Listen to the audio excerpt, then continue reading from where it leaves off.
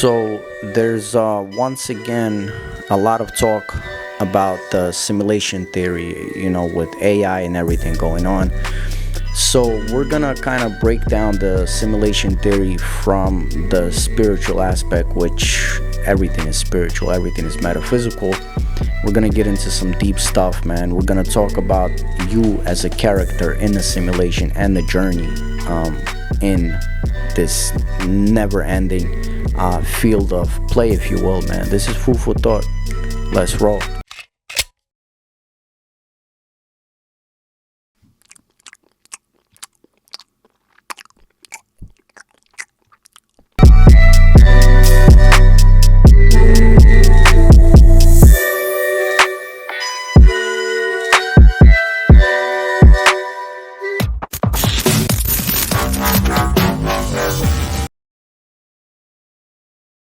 Put up, everybody, all the shout outs at the end of the video. So recently I wanted to invite one of these guests that have been kind of talking about making a, I'm not gonna say his name, but he's been talking about the makeups, if you will, of our reality. And my wife and I are driving, and I always ask her for advice. Shout out to Romaniya, poet, the greatest poet of all time. I always ask her for advice, and right away she tells me, look, when you talk to this guy, just don't tell him about the secrets of our Slavic Vedas. And I take her advice very seriously, and I can understand why she said what she said. But my response to her was, the word Vedas is universal. It means to know. And shout out to my brother Jim and Dillinger, because when I asked him, when did you come to the beginning of your knowledge, and he said, well, I always knew. And that's what separates the Vedas. Vedas is not a religion, it's a knowing, and it is in fact universal.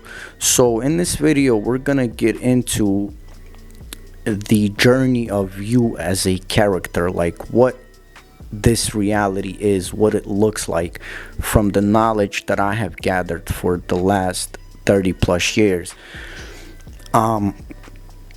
So before religion kind of overtook the minds and hearts of the world, and this happened in the last 5,000, 2,000 years, what will you?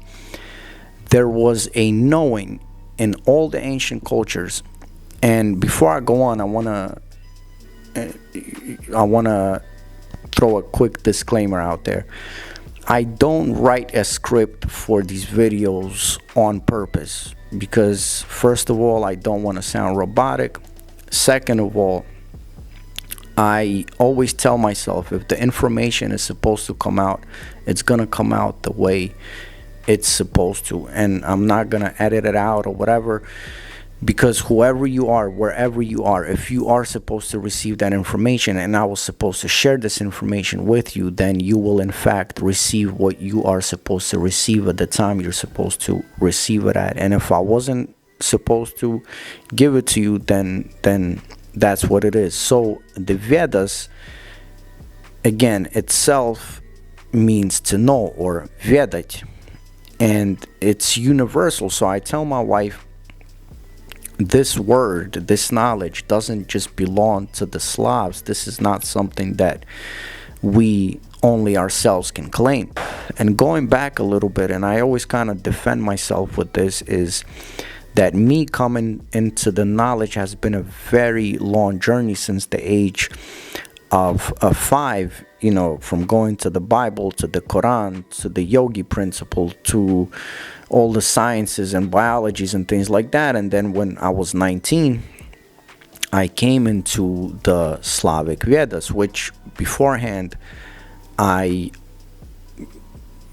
studied the Hindu Vedas, but then I came into the Slavic Vedas, and I realized that the knowledge that I had before were little pieces of the puzzle, but then the Slavic Vedas kind of brought everything together. And I'm talking about beforehand, I went through the Tibetan Book of the Dead and the Egyptian Book. I'm talking about everything, the theories of Atlantis and Hyperborean.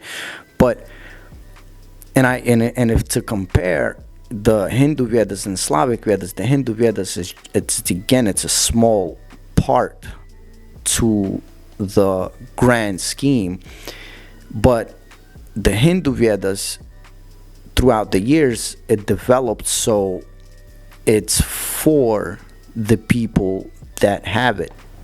But the reason why I bring this up again and again and again is because sometimes I criticize the people that have kind of had an epiphany of whatever 5 years ago, and they think, yes, this is it, and now I can make a YouTube channel and talk about it. Well, you're leading people astray, because there's, it doesn't just kind of happen like happens with a snap of a finger. Well, sometimes it happens with a snap of a finger, or sometimes growing up Catholic or Christian, and you're so set on the idea that my knowledge, this is it, and well, it's not. You really have to look at all corners before you can say that,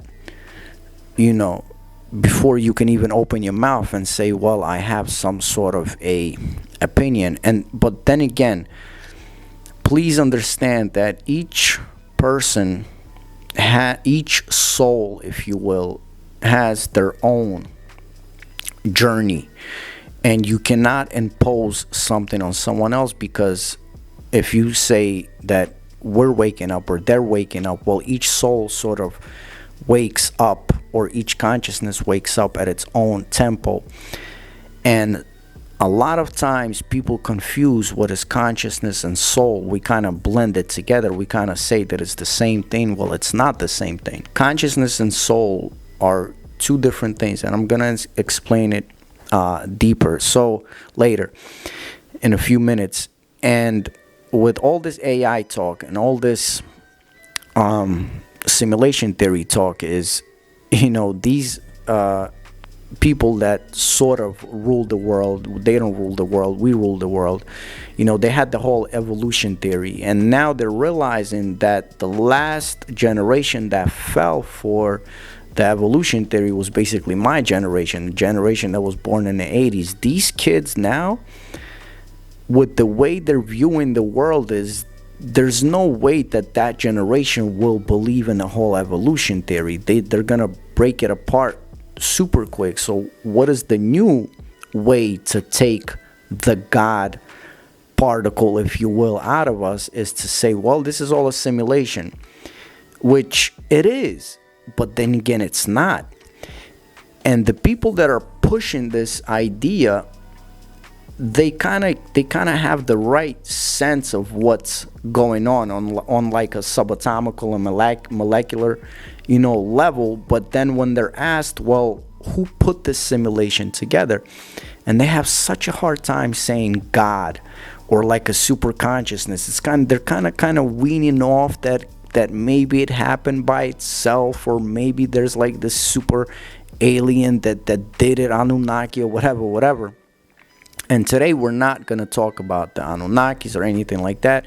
We're going to talk about you as the I, as the soul, as the consciousness. And again, there's a difference between the I, the soul, and the consciousness. You as the character in this reality. What does it look like? And where are we going? So as I mentioned before, I started with the Bible at the age of 5, to the point where at the age of 10 I used to go and argue with my local priest in Ukraine, because a lot of stuff didn't make sense to me, man. When I was 13, I came into the whole idea of karma and reincarnation. I came into the yogi principle, and I didn't come to by myself. An older friend of mine, he was 19, I was 13 at the time. Volodya, shout out to Volodya wherever he is. He was the first one to kind of introduce it to me. And in '98, it was so wild. It was like, and to me, and it was crazy wild, man, because it was such a big difference,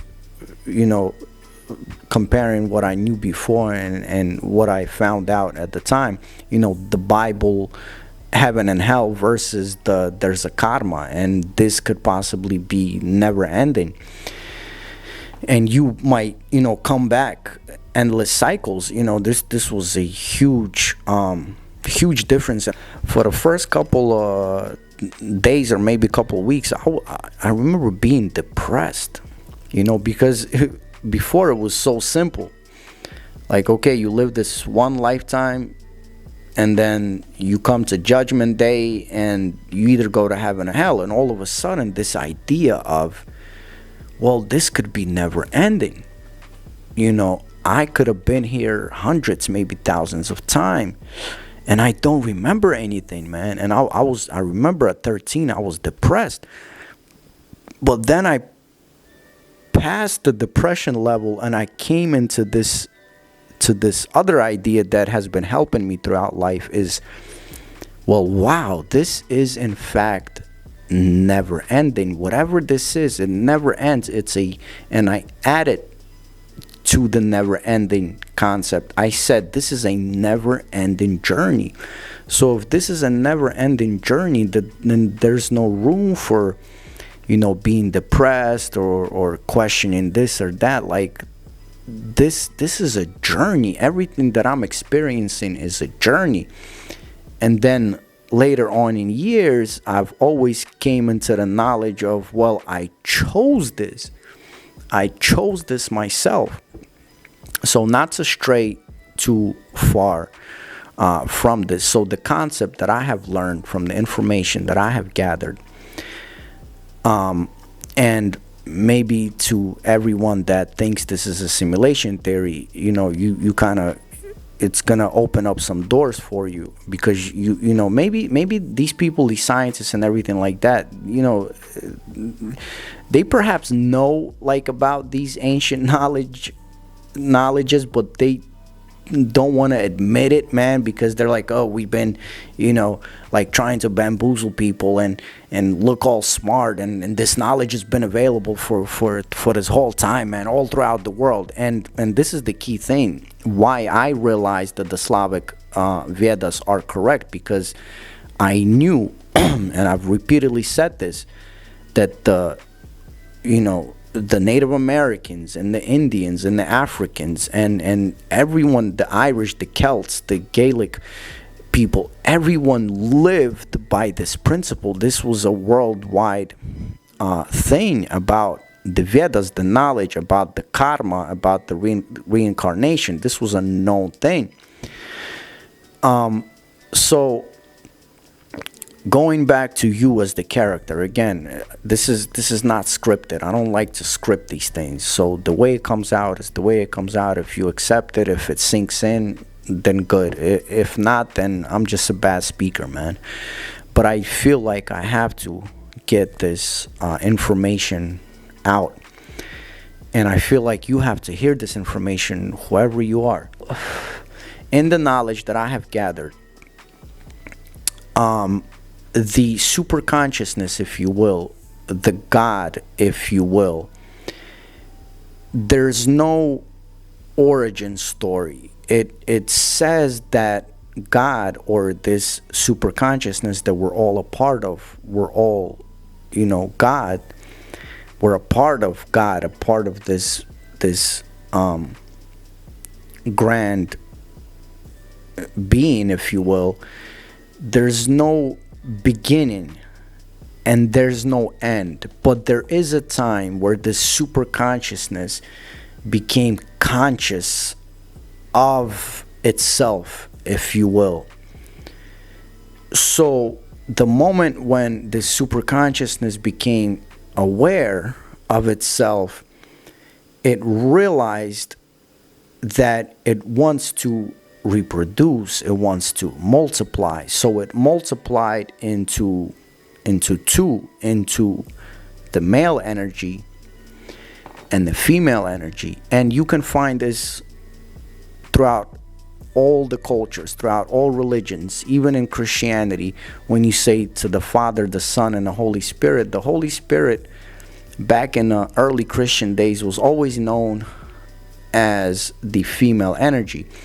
So when this super consciousness, when God realized itself and divided into the male and the female energy, what happens when you have a female and male energy? You reproduce.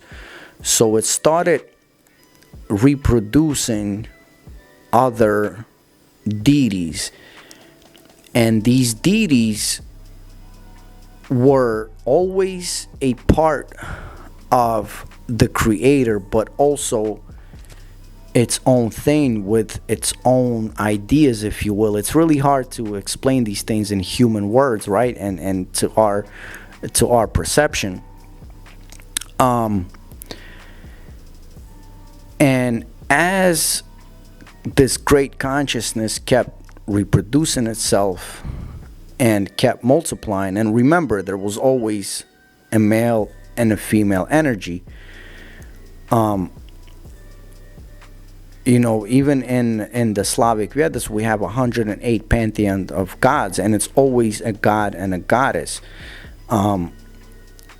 We even have something called the holy roshchi, the Svятые roshchi, which is the way that they used to plant plants, and they knew that you have to have the female and the male plant in order to reproduce the proper plants, and certain apples were for to be eaten by men, and certain were to be eaten by female. And nowadays it's all mixed up. Nowadays it's hybrid, and this is why we've been so thrown off of this celestial order, if you will.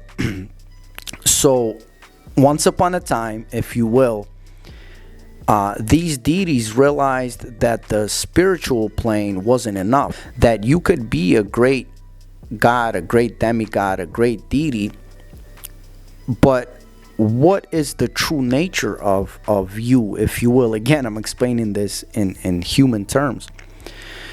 So they decided, or it decided, the great consciousness decided that it will create a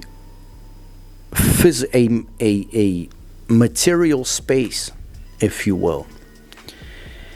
And these deities, these deities will go into this material space in order to, first of all, get the all possible experiences, but second of all, to test our nature. But before these material spaces, hence multiverse and everything, were created or conjured, there were to be rules and laws, actually not rules, laws, universal laws as we call them now, to be set in place. Because, and this is why they say simulation theory, because just like in a video game, you don't just run rampant. There are laws that you have to oblige by. Now, I'm not going to get into all the physical laws. You can study physics and everything. But there were certain tools that we were to be given into this material space, and there were certain laws. And one of these laws was the law of karma, which was to be cause and effect. Now, before the material, again, this material existence came into existence, us as this super consciousness, and I say us because we are forever part of it, also realized that there has to be a polarity in order to balance the whole thing out. And in the Slavic Vedas, and this is universal again, there's always this idea of an egg or a golden goose egg, and hence why all these folklores and stuff talk about it, and hence the question, what came first, the chicken or the egg? So it was always this form of an egg. If it was to be a universe, it was, on the outer layers of it, it was to be an egg. If it was to be a world, it was, on the outer layers, it was to be an egg. So if you just imagine an egg, which was now the new physical material playing field, there was two polarities on each side, and one was in the top, one was in the bottom. In the Slavic culture, we call it Belobog, which is white god, and Chernobog, the black god, in the bottom. But the idea is, again, coming back to all of this being as one, is that the white god and the black god is actually one being, split into these two dualities. And the idea, if we can picture, is that whatever the white god inhales, he inhales from the bottom, and he exhales it back to the bottom. And in the bottom, the black god, he inhales and exhales, and it kind of, there's this current going, from these dualities to always keep the balance. Now, before us going into this material space to test ourselves,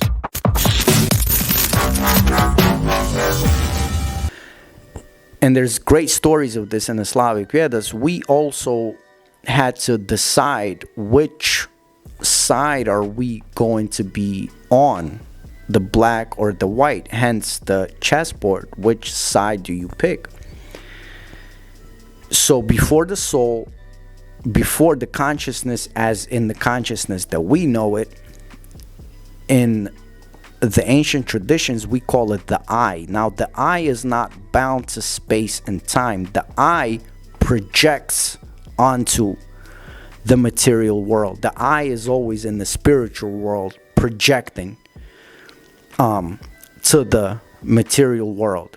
So one of these laws, the universal laws, besides karma, was you had to pick a side. Which side of the chessboard are you going to be on?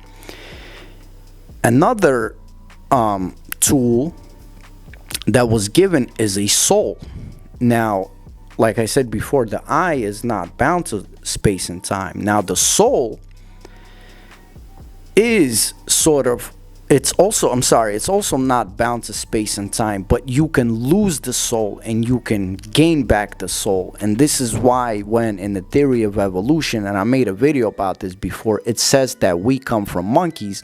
Well, in the ancient tradition, we know that the monkey, and this is why the apes are so genetically similar to us, is because the monkey is us without the soul, meaning that you digressed, you messed up in one lifetime, and you get the soul taken away from you. The privilege is taken away from you of having a soul. Hence where the idea of the Sleeping Beauty, because the folklore of the Sleeping Beauty is, she was in the casket or whatever, right? But in the ancient cultures, it was known that this was the soul suspended in this crystal casket, if you will. So that was the soul waiting for the physical body to be able to get the soul back, and hence why the apes. So there were these laws set in place. Again, the I is not bound to space and time. The I is a projection. Now the way the I is projected is through light. And one of the other laws that I've learned, and I put this together, is that once you go through lifetimes, you build yourself a constellation. You get more power of light, and this is where the idea of the horoscope comes from, because this is your I multiplying and getting more light to build you this constellation. Hence where the signs come from. Now the horoscopes nowadays are completely off. Don't listen to them. But this is where the idea comes from, is where you kind of where the eye acquires these marbles throughout your journey into the material world. You build yourself a constellation, hence you're building yourself your character that stays with you throughout reincarnations. And this is why you can always notice this. I've said this multiple times. If you ever seen someone grow up from when they were little to when they're older, they obviously, a person acquires knowledge and things like that, and they change a little bit of this and a little bit of that, but the main characteristics of a person stay the same. Hence, this is your eye collecting those marbles and building those constellations, where a lot of your qualities that you acquire throughout these reincarnations, they don't change, man. And this is why we have serial killers that were born into healthy families and so on and so forth, but they are so violent, when since they're little kids, they're torturing squirrels and everything like that. So going back, your eye is not bound to space and time, but you're given a soul. Now, on top of the soul, in order to help the soul out, you are given 7, but in the Slavic cultures, it's extra, it's 9 spiritual bodies. And I have a video breaking down the 7 and the 9 spiritual bodies. I made it years ago. I'm not going to get into this now. But these 9 spiritual bodies are sort of your armor as you step into the material plane, and you can damage these spiritual bodies, or you can build them stronger. And hence where consciousness comes into play, because it's one of those spiritual bodies. And also, this is where the Russian doll, the matryoshka, this is why it has 7 bodies, exactly 7 bodies inside of a matryoshka, because that's what it is.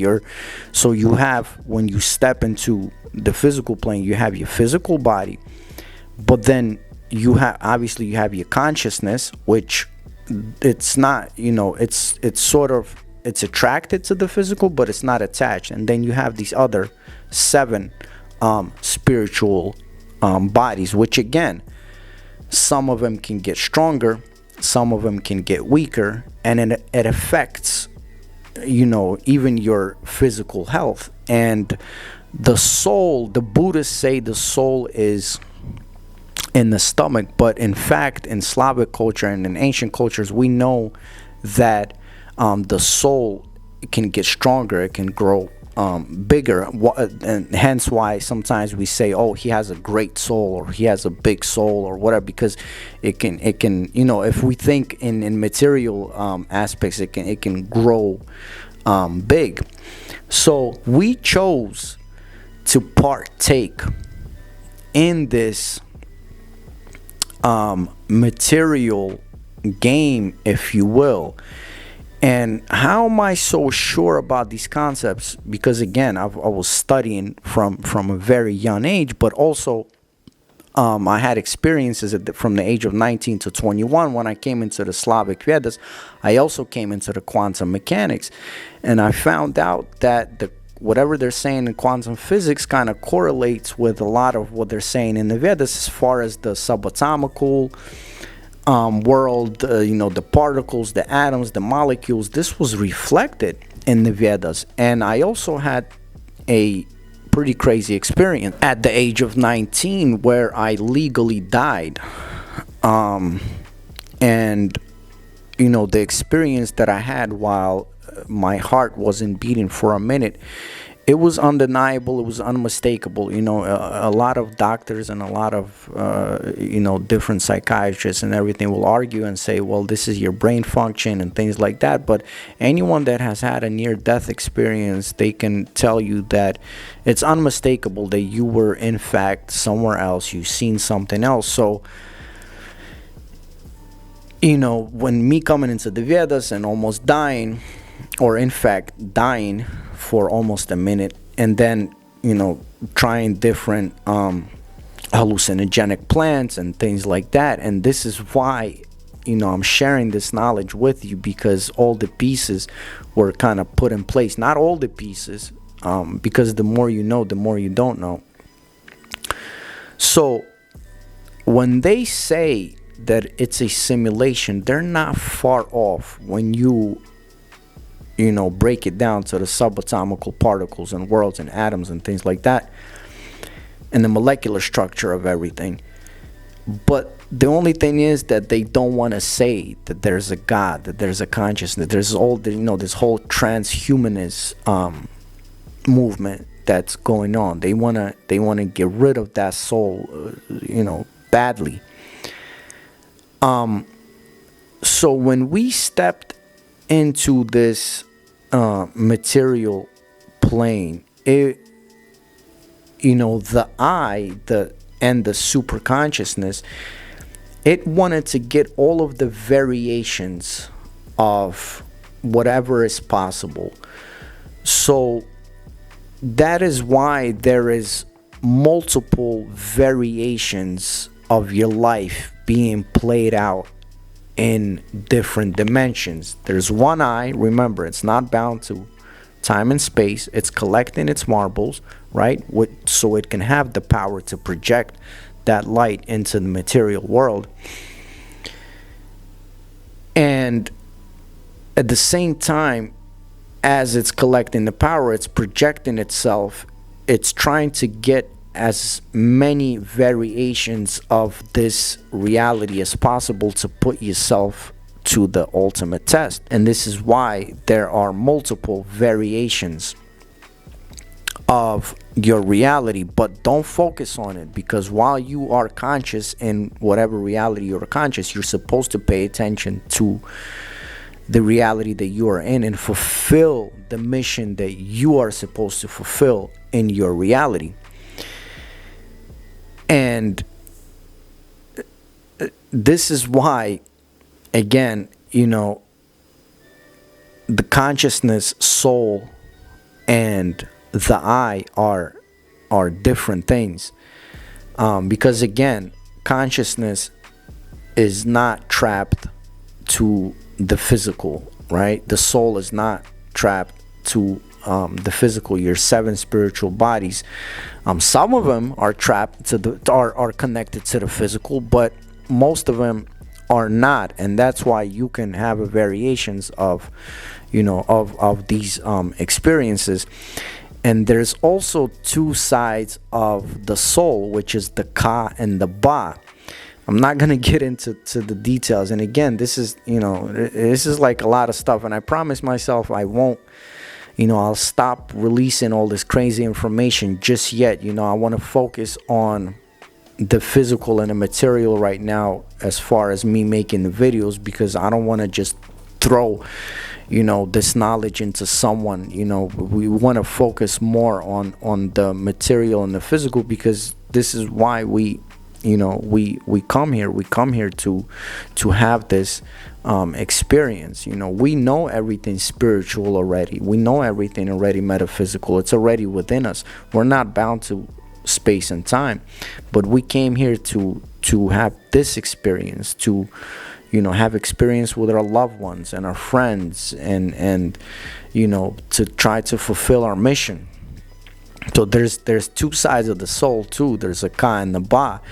And what happens is, when we leave the body, it is said that the ka goes into the spirit world, which in all the ancient traditions it was yav, naf, and prav.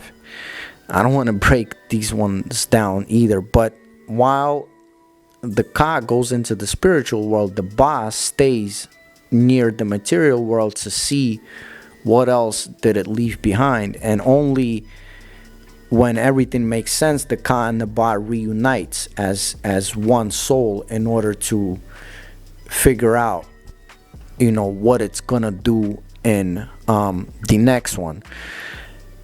Now, when karma comes into play, karma is cause and effect.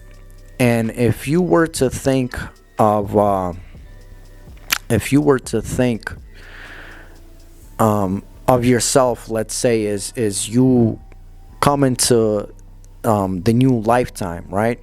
And a lot of people say, well, why don't we remember?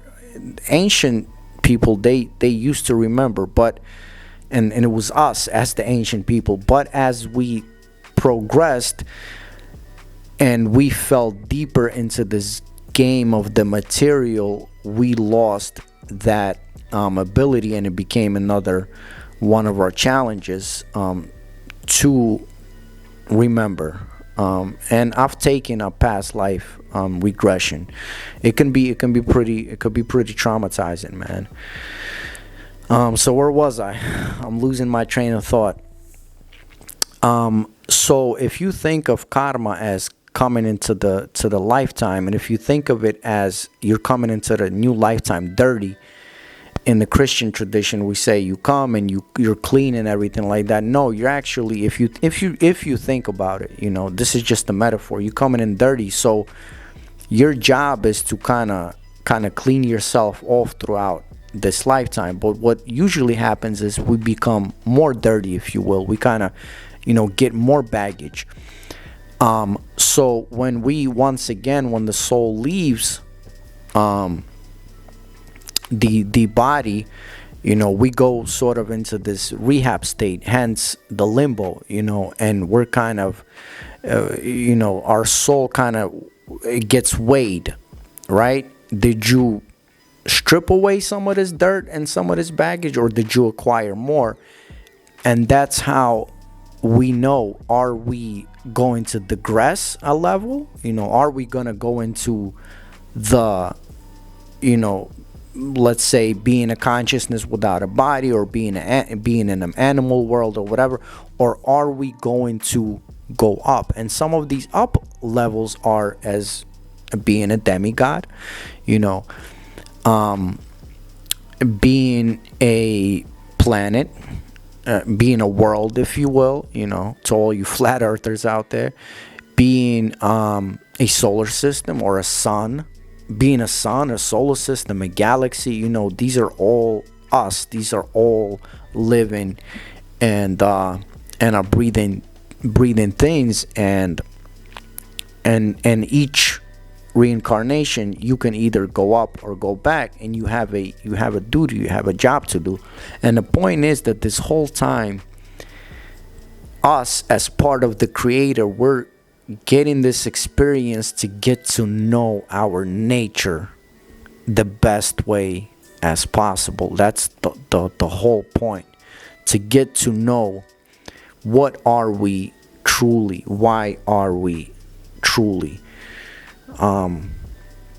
So that's basically it. As I wanted to just do a short video, it's probably not going to be short, of first person what it looks like, us coming into this material world. And I'll just end it with this, that it's our choice to come into, no matter how horrible. I've had a pretty hard life, man. So when someone says, yo, I had this horrible life, man, I lost all these people, and why would I choose this? But we in fact choose this. And as far as us losing people, it's just the body, man. It's just the body. They are forever a part of us, and we will forever be a part of them. This is why I always say that you can only have one love throughout your reincarnations. You sort of that male and a female energy, you were always one previous to coming into the material world. And you will, some lifetimes you will reunite, some lifetimes you won't reunite. If I left something out, and if you have any questions, please